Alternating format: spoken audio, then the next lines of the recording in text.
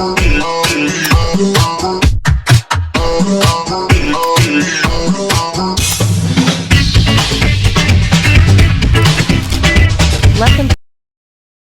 दोस्तों, कैसे हो आप सब। चलिए शुरू करते हैं हमारे फेक रिलेशन की असली कहानी, business proposal. Episode 4 of business proposal की शुरुआत होती है जब हारी की मुलाकात टाइमो से लिफ्ट में होती है। वो जल्दी से मुड़ती है और अपनी आंख पर एक बैंडेज लगा लेती है। गो फूड में मिनवू हारी की टीम की कंपनी के टेस्टिंग इवेंट में मदद करता है। टाइमो भी वहां आता है और मिनवू के व्हाइट किमची रावियोली की तारीफ करता है। बाद में हारी मिनवू के रेस्टोरेंट में उसके साथ खाना खाती है। मिनवू कहता है कि उसे उम्मीद है कि वो मेयोमेंस कॉन्सर्ट पर किसी लड़के को लेकर गई होगी, लेकिन जब वो बताती है कि उसने ऐसा ही किया तो वो कहता है कि वो लड़कों को लेकर बहुत नाइव है। वो उससे उस लड़के से मिलने की इच्छा जताता है, लेकिन हारी कहती है कि वो अपना ध्यान खुद रख सकती है और मिनवू को अपनी गर्लफ्रेंड पर ध्यान देना चाहिए। तभी टाइमो और सियोंगहू मिनवू के रेस्टोरेंट में आ जाते हैं, जिससे हारी छिपने के लिए क्रॉल करके दूर चली जाती है। जब मिनवू उसे कॉल करता है, टाइमो नोटिस करता है कि उसका रिंग बैक ट्यून वही मेयोमेंस सॉन्ग है जो जियोंगहुई के लिए कंसर्ट में डेडिकेट किया गया था। हारी यंग एसियो के साथ वहां से भाग जाती है और बाद में उसे बताती है कि टाइमो उतना बुरा नहीं है जितना वो समझती थी। यंग एसियो सोचती है कि शायद उसके फीलिंग्स उससे कहीं ज्यादा गहरे हैं। रेस्टोरेंट में टाइमो मिनवू से पूछता है कि वो और हारी कितने समय से दोस्त हैं। 7 साल। और क्या कभी उनमें से किसी को एक दूसरे के लिए फीलिंग्स डेवलप हुई हैं? इस सवाल पर मिनवू थोड़ी देर के लिए असहज महसूस करता है। टाइमो को जियोंगहुई द्वारा उसे 7 साल के क्रश के बारे में बताया जाता है। सियोंगहू उसे बताता है कि कुछ रेस्टोरेंट के कर्मचारी बात कर रहे थे कि हारी का मिनवू पर क्रश है।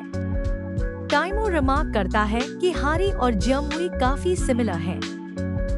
अपने फ्लैट पर यंग एसियो सियोंगहू का सामना करती है। वो पूछती है, भले ही वो दोस्त नहीं हो सकते, तो क्या वो कॉर्डियल पड़ोसी भी नहीं हो सकते? वो उससे बात करने के लिए अब भी रेजिस्टेंट है। बाद में वो सियोंगहू को जेलस करने के लिए एक और पड़ोसी के साथ फ्लर्ट करती है। टाइमो और सियोंगहू बाद में चेयरमैन कांग के साथ डिनर करते हैं। चेयरमैन शिकायत करते हैं कि उन्हें अकेलापन महसूस हो रहा है।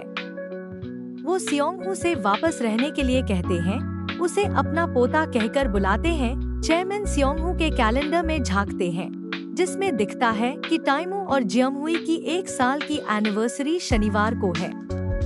दागो इंसिस्ट करता है कि टाइमो अपनी स्केड्यूल की सारी चीजें कैंसिल कर दे ताकि वो उसे डेट पर ले जा सके। हारी और गो फूड के दूसरे एम्प्लॉइज नम्हे की ट्रिप पर जाते हैं, जहां वे कंपनी के लिए एक कमर्शियल शूट करते हैं।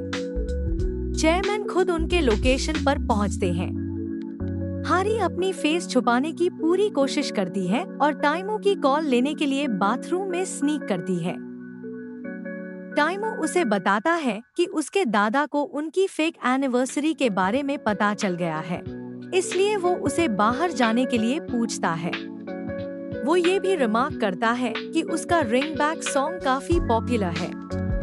इसके बावजूद वो उसकी आइडेंटिटी नहीं समझ पाता। बाद में चेयरमैन उस स्टॉल के पास आता है जहां हारी है। जब वो बाहर आती है और उसे देखती है, तो वो वापस अंदर चली जाती है और दरवाजा बंद कर देती है। उससे तंग आकर वो दरवाजा खोलने की कोशिश करता है और पीछे की तरफ गिर जाता है।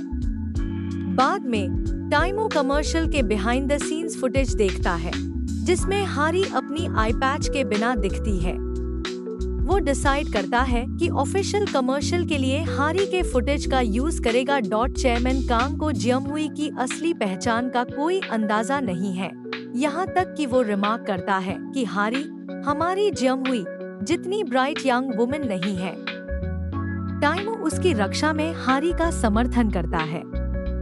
उस रात टाइमो हारी के घर के सामने आता है। वो बाहर जाती है और उसे एक बेयर सूट और हेलमेट पहने हुए देखती है। वो उसकी पहचान ऑलमोस्ट खोलने वाली होती है जब वो उसके दादा की गिरने के बारे में बयान देती है, लेकिन खुद को बचा लेती है। वो शाय होकर उसे उसकी आंख के लिए एक ऑइंटमेंट देता है। अपने रूम में हारी रिफ्लेक्ट करती है कि टाइमो का एक स्वीट साइड भी है। टाइमो हैरान है कि वो उसे इंजरी चेक करने के लिए देखने आना चाहता था। शनिवार को वो उसे उनकी फेक एनिवर्सरी के लिए पिक करता है। उसके दादा ने पूरी डेट को उसके पसंदीदा टीवी शो के एक सीन की तरह प्लान किया है, इसलिए टाइमो उसे शॉपिंग पर ले जाता है।